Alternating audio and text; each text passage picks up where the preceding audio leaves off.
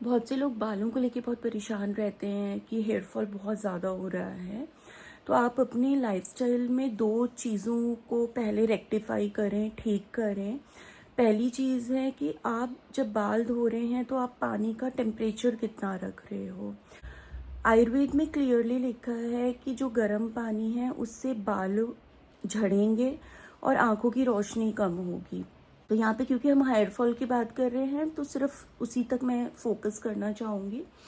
तो आपको ध्यान रखना है कि आपका जो वाटर टेम्परेचर है, पानी जो आप सर धोने के लिए यूज़ कर रहे हो वो 25 डिग्री टू 30 डिग्री होना है।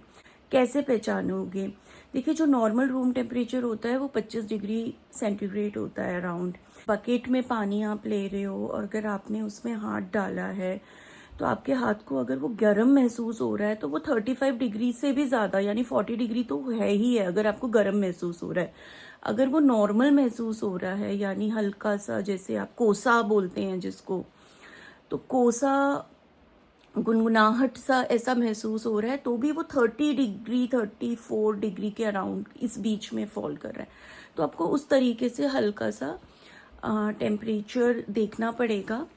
और इसी टेम्परेचर पे अगर आप अपने बालों को धोने के लिए यूज़ करते हैं पानी को, वो होपफुली आपको शायद बहुत सारे मेडिसिन्स की और इसमें जाने की ज़रूरत नहीं है।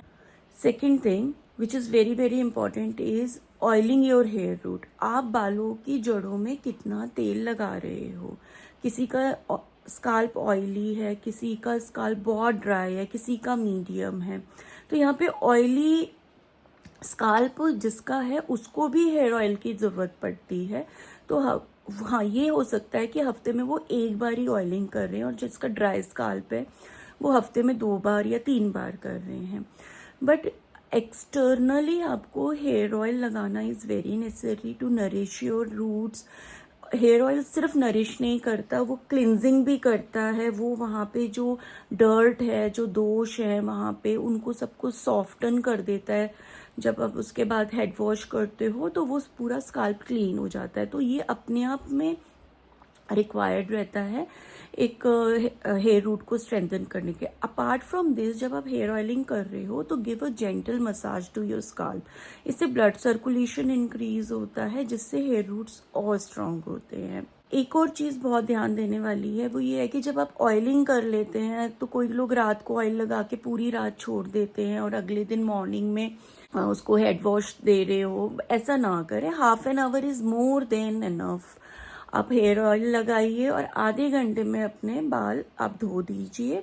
बहुत एक्स्ट्रा भी ऑयल जब आप रखोगे तो जितना हमारे आज की डेट पे पोल्यूशन है पूरे एटमॉस्फेयर में, वो वहीं और स्टक करेगा। तो उतना एक्सपोजर की भी रिक्वायरमेंट नहीं है।